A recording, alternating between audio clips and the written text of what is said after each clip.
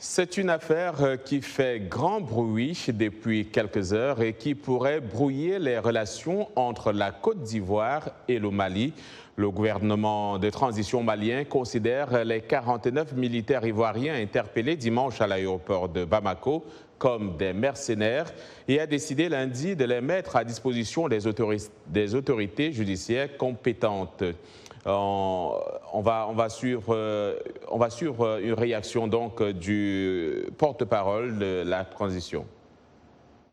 Le gouvernement de la transition informe l'opinion nationale et internationale que le dimanche 10 juillet 2022, entre 11h et 13h, deux aéronefs immatriculés ZS-BBI, Zulu Sierra Bravo Bravo India et UR-CTH, uniforme Romeo Charlie Tango Hotel, en provenance de la République de Côte d'Ivoire, transportant 49 militaires ivoiriens avec leurs armements et munitions de guerre, ainsi que d'autres équipements militaires, ont atterri à l'aéroport international président Modibo Keïta, Sénou.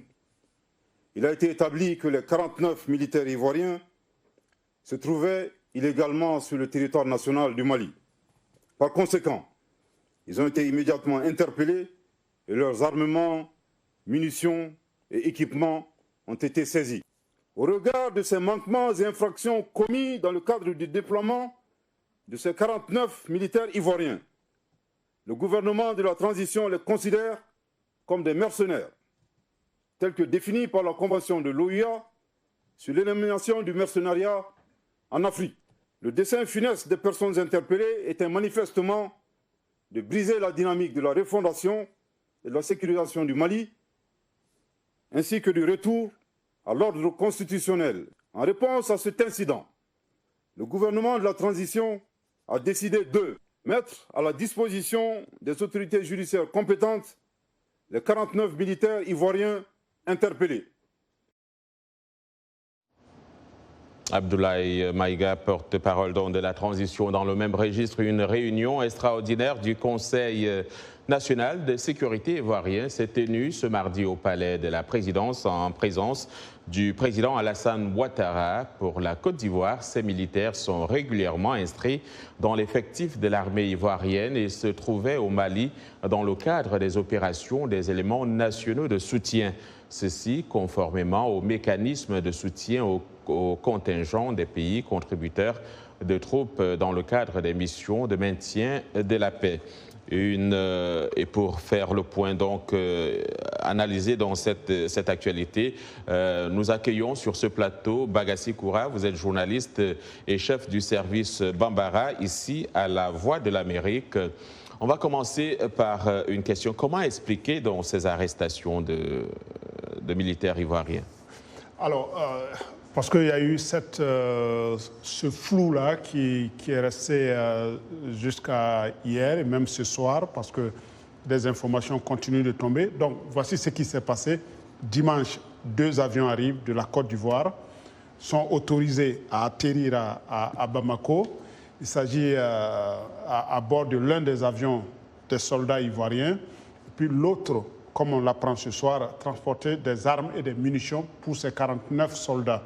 Sauf que Bamako, pas Bamako, mais les rumeurs commencent d'abord sur les réseaux sociaux, pendant 24 heures, où on parle de tentative de coup d'État déjoué à Bamako. Les autorités ne disent rien. Finalement, hier soir, Abdoulaye Maïga, qui est le porte-parole du gouvernement, vient à la télé et dit qu'une tentative de coup d'État a été jouée. Des hommes ont été arrêtés. Ils étaient venus dans le pays pour stopper la marche de la transition.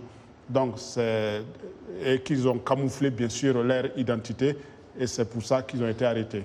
Alors, Bamako parle des mercenaires. La Côte d'Ivoire parle des militaires ivoiriens. Ça surprend un peu, non? Oui, ce terme de mercenaires a surpris beaucoup de monde hier. Parce que c'est des avions qui sont arrivés régulièrement à l'aéroport. C'est des avions, on imagine, qui ont été autorisés, parce qu'un vol, il faut qu'il soit autorisé. Et ensuite, ce qu'on a appris ce soir, c'est que des militaires ivoiriens travaillent à l'aéroport de Bamako sur la base d'une convention depuis 2019. Donc, c'était la 8e relève de ce contingent qui était arrivé selon la Côte d'Ivoire. Et hier, dans le communiqué de Bamako, on apprend que Bamako dit quoi?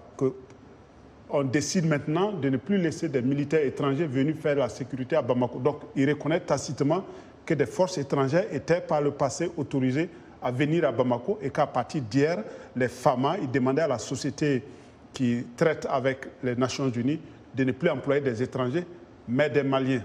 Donc, c'est là qu'on est un peu surpris et on est un peu perdu. Pourquoi est-ce qu'il y a cette tension? Et tout cela crée bien à la fois de la confusion, même au niveau de l'opinion publique. On a vu des influenceurs se prononcer dessus. La brouille semble s'activer. Quelles pourraient être les conséquences, n'est-ce pas, d'une brouille, justement, entre la Côte d'Ivoire et le Mali? Ce que beaucoup craignent, c'est que cette question ne puisse pas être réglée rapidement et dans les jours à venir, parce que la Côte d'Ivoire est le principal partenaire du Mali. Il a son port. Il y a 3 à 5 millions de Maliens qui vivent en Côte d'Ivoire. Et bien sûr, vous avez parlé des influenceurs. Avec la situation des réseaux sociaux que nous avons aujourd'hui, n'importe quelle petite crise peut prendre des proportions difficiles à contrôler. Donc il faut vraiment craindre le pire si les autorités des deux côtés n'arrivent pas à s'asseoir et trouver une solution à cette crise-là. Bagassi Koura, je vous remercie pour votre disponibilité. Je rappelle que vous êtes journaliste et chef du service Bambara ici à La Voix de l'Amérique. Merci.